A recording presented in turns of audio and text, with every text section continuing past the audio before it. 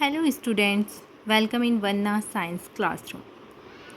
हम पढ़ रहे थे चैप्टर फर्स्ट क्लास 10th का केमिकल रिएक्शन एंड इक्वेशन। तो मैंने आपको फिज़िकल चेंज, केमिकल रिएक्शन क्या होती है, उसको हम बैलेंस कैसे करते हैं, ये सब पढ़ा दिया था। आज हम इसमें पढ़ेंगे type of reaction. Type of chemical reaction first आती है हमारी कॉम्बिनेशन रिएक्शन। कॉम्बिनेशन नाम से ही पता चल रहा है, जब हम दो चीज़ों को मिलाते हैं तो वो क्या होती हैं, कंबाइन होती हैं। जैसे कि आप पानी में शुगर को ऐड करते हो तो वो क्या होती है, कंबाइन होती है। तो ऐसे ही हमारी कॉम्बिनेशन रिएक्शन क्या कहलाएगी, जब दो चीज़ें आपस में मिलती हैं तो वो कंबाइन रिएक्शन कहलाती हैं। Those reactions in which two or more substance combine, जब दो या दो से ज़्यादा सब्सटेंस एक साथ जुड़ते हैं, कंबाइन होते हैं, तो फॉर्म करते हैं एक सिंगल सब्सटेंस। क्या बनाते हैं, एक सिंगल सब्सटेंस बनाते हैं, जिसे हम कॉम्बिनेशन रिएक्शन कहते हैं। जैसे कि हमारा नमक का पानी अलग होता है, नमक अलग होता है। जब आप उन दोनों चीज़ों को मिला देते हैं तो वो जो बनता है प्रोडक्ट, आप उसे क्या कहेंगे, नमक का पानी। तो यहाँ हमने एग्जांपल लिया है कैल्शियम ऑक्साइड CaO जो सॉलिड फॉर्म में है, H2O लिक्विड में, CO कैल्शियम ऑक्साइड को जब वाटर में डिज़ोल्व किया जाता है तो हमारे पास बनता है कैल्शियम हाइड्रोक्साइड। एक न्यू प्रोडक्ट बना जब दो प्रोडक्ट कंबाइन हुए और हीट निकलती है। जहाँ पर भी हीट निकलती है वो हमारी एक्सोथर्मिक रिएक्शंस होती हैं, और जहाँ पर हीट का यूज़ किया जाता है वो एंडोथर्मिक रिएक्शंस कहलाती हैं। The substance which we use for white washing, इसका हम यूज़ कहाँ करते हैं, वाइट वॉश करने के लिए घरों में, is lime which is calcium oxide. White washing के लिए यूज़ करते हैं अपने घरों में जब वो लाइम होता है। वो कैल्शियम ऑक्साइड कब बनता है, जब हम उसे दीवार पे पुट्टी कर देते हैं और कुछ टाइम बाद जब वो ऑक्सीजन के साथ रिएक्ट करता है तो वो कैल्शियम ऑक्साइड बनाता है। दूसरा एग्जांपल है हमारा कैल्शियम हाइड्रोक्साइड को जब आप कार्बन डाइऑक्साइड के साथ रिएक्ट होता है तो वो कैल्शियम कार्बोनेट बनाता है, जिससे कि आपको एक शाइनिंग लेयर दिखाई देती है, थिन लेयर ऑफ वॉल, दीवार पर एक पतली लेयर बन जाती है, वो हमारी होती है कैल्शियम कार्बोनेट की। जब आप वाइट वॉश करते हैं तो उसे कुछ टाइम के बाद छोड़ देते हैं तो धीरे धीरे उसमें शाइनिंग आती है। किसकी वजह से आती है, कैल्शियम हाइड्रोक्साइड जब कंबाइन करता है कार्बन डाइऑक्साइड के साथ तो वो बनाता है कैल्शियम कार्बोनेट, और उसमें जितना ही वाटर होता है वो निकल जाता है। Calcium carbonate is formed after 2 to 3 days, 2 से 3 दिन में ही कैल्शियम कार्बोनेट बनकर तैयार हो जाता है of white washing and give a shiny finish to the wall, और वॉल को एक फाइनेस्ट शाइनी लुक देता है, जो कि हम कहते हैं ना, अरे वाह पुट्टी हो गई दीवारों पर, कितनी शाइन मार रही है। किसकी वजह से होती है, जब कैल्शियम हाइड्रोक्साइड रिएक्ट करता है कार्बन डाइऑक्साइड के साथ। When two or more substance combine to form a single product, the reaction is called combination reaction. जब दो या दो से ज़्यादा सब्सटेंस आपस में मिलते हैं तो वो एक रिएक्शन बनाते हैं, जिसे हम कॉम्बिनेशन रिएक्शन कहते हैं। जैसे कि कार्बन और ऑक्सीजन दोनों अलग अलग हैं, और जब इन्हें ऐड किया जाता है तो ये कार्बन डाइऑक्साइड गैस बनाते हैं। तो ये हमारे कॉम्बिनेशन रिएक्शन का एक एग्जाम्पल है। When heat is released along with the formation product are called exothermic reaction.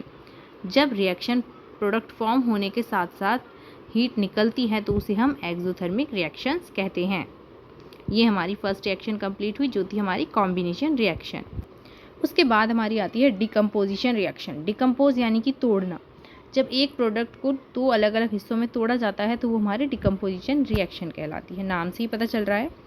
दो substance in which a compound break, जब कोई भी कंपाउंड ब्रेक होता है या डिकम्पोज होता है इनटू टू और मोर सिंपल सब्सटेंस, दो अलग अलग सब्सटेंस में, दो या दो से ज़्यादा अलग अलग सब्सटेंस में, उसे हम डिकम्पोजिशन रिएक्शन कहते हैं। यहाँ पर हम कैल्शियम कार्बोनेट का ही एग्जांपल ले लेते हैं। वहाँ पर कैल्शियम कार्बोनेट बन रहा था, अब यहाँ पर अगर हम कैल्शियम कार्बोनेट को ब्रेक डाउन करेंगे तो क्या क्या बन के आएगा, calcium oxide plus carbon dioxide, ये दो प्रोडक्ट हमारे बनकर आए।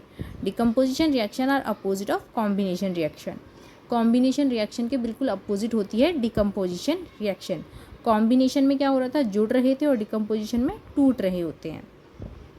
इसका एग्जाम्पल है FeSO4.7H2O। जब हम इसे हीट करते हैं तो क्या होता है, ये बनाता है FeSO4 एनहाइड्रस, जिसमें थोड़ा सा अमाउंट में वाटर प्रेजेंट होता है, जो कि वाइट कलर का होता है। फेरस सल्फेट के जो क्रिस्टल हैं वो ब्रेक डाउन होते हैं और वो किस में चेंज हो जाते हैं, ग्रीन कलर का वाइट कलर में चेंज हो जाता है। और जब इसे दोबारा तोड़ा जाता है तो ये किस में बनता है, Fe2O3 plus SO2 plus SO3, तो ये रेड कलर का हो जाता है। तो यहाँ पर क्या हो रहा है, प्रोडक्ट धीरे धीरे ब्रेक डाउन होते जा रहे हैं। तो ये हमारे किसका एग्जाम्पल है, डिकम्पोजिशन रिएक्शन। आप कैसे पता लगाएंगे ये फेरिक ऑक्साइड है, क्योंकि उसमें एक स्मेल आती है जलने की, सल्फ़र को जैसे हम जलाते हैं तो जलने की स्मेल आती है उसमें से। दूसरा एग्जांपल है 2PbNO3 का होल स्क्वायर को हीट करते हैं तो ये क्या बनाता है, 2BbO सॉलिड में plus 4NO2 gas plus O2 gas. PbO क्या है, लेड मोनोऑक्साइड। ये कलरलेस था और इसने प्रोडक्ट कैसे दिया, येलो कलर का, प्लस नाइट्रोजन डाइऑक्साइड और oxygen. When energy is given in the form of heat, इसमें एनर्जी किसके फॉर्म में दी गई है, हीट की फॉर्म में। हीट क्या है यहाँ पर, हमारे कैटलिस्ट के रूप में काम कर रहा है। हमारी कॉम्बिनेशन रिएक्शन हो गई, डिस्प्लेसमेंट रिएक्शन हो, डिकम्पोजिशन रिएक्शन हो गई। अब हमारी थर्ड आती है डिस्प्लेसमेंट रिएक्शन। डिस्प्लेस क्या होना, एक जगह से दूसरी जगह को चेंज कर देना। अगर कोई भी दो बच्चे हैं, चिंटू और मिंटू, चिंटू बहुत स्ट्रॉन्ग है तो चिंटू क्या करेगा, मिंटू की जगह पर इजीली जाकर बैठ जाएगा। मिंटू उससे कुछ नहीं कह सकता क्योंकि वो वीक है। इस तरीके से जो लेस रिएक्टिव एलिमेंट होते हैं वो इजीली डिस्प्लेस हो जाते हैं मोर रिएक्टिव एलिमेंट से।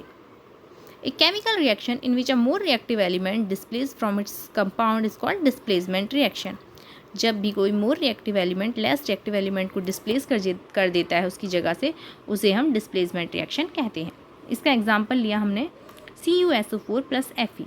Fe यहाँ पर क्या है, स्ट्रॉन्ग है कॉपर से, तो कॉपर क्या हो जाएगा, डिस्प्लेस हो जाएगा और आयरन वहाँ आकर जुड़ जाएगा। तो ये क्या बनेगा, FeSO4 प्लस Cu। दूसरा हमने लिया CuSO4 प्लस जिंक। अब जिंक क्या है, जिंक भी कॉपर से ज़्यादा स्ट्रॉन्ग है तो वो भी कॉपर को क्या कर देगा, डिस्प्लेस कर देगा और ये बन जाएगा zinc sulphate plus Cu। Zinc is more reactive than copper. Zinc भी ज़्यादा रिएक्टिव है और आयरन भी ज़्यादा रिएक्टिव था। Can we store copper sulphate in iron container, क्या आप कॉपर सल्फेट को आयरन के कंटेनर में स्टोर करके रख सकते हैं। हम किसी भी प्रोडक्ट को अगर स्टोर करके रखते हैं तो उसका मेन रीज़न क्या होता है, ताकि उसे कोई भी रिएक्शन ना हो उसमें और वो इजीली सेफ रहे। लेकिन यहाँ पर क्या होगा, जब आप कॉपर को आयरन में रखेंगे तो क्या होगा, देखिए zinc and lead is more reactive than copper. Zinc और लेड क्या होते हैं, सबसे ज़्यादा रिएक्टिव होते हैं कॉपर से। तो जब आप कॉपर सल्फेट को Fe के साथ रखेंगे, आयरन के साथ रखेंगे, तो ये फेरस सल्फेट बनाएगा और कॉपर निकल जाएगा। तो इसलिए हम इसे स्टोर करके नहीं रख सकते। अगर उसमें कोई रिएक्शन नहीं होती तब हम उसे स्टोर करके रख सकते हैं। हमने 3 रिएक्शन पढ़ी, कॉम्बिनेशन, डिकम्पोजिशन, डिस्प्लेसमेंट। अब फोर्थ वन है हमारी double displacement. Double displacement, displace तो इसमें भी हो रहा है पर डबल हो रहा है, 2 जगह से हो रहा है। कैसे हो रहा है देखिए, the reaction in which 2 compound react by an exchange of ion to form 2 new product. 2 compound हैं वो दोनों एक्सचेंज होंगे और 2 नए प्रोडक्ट बनाएंगे, इसलिए हम उसका नाम रखा है डबल डिस्प्लेसमेंट। 2 जगह से डिस्प्लेसमेंट होती है। एग्जाम्पल देखिए, BaCl2 barium chloride plus Na2SO4 sodium sulphate. जब ये दोनों रिएक्ट करवाए तो क्या हुआ, BaSO4 के पास आ गया और Cl2 Na के पास आ गया, तो बना barium sulphate plus sodium chloride. Barium sulphate हमारा वाइट PPT देता है, तो यहाँ हमारा क्या हुआ, डबल डिस्प्लेसमेंट का एग्जाम्पल हुआ। ओके स्टूडेंट्स, अगर आपको मेरी वीडियो अच्छी लगी हो तो लाइक, शेयर और सब्सक्राइब करना ना भूलें। Thank you.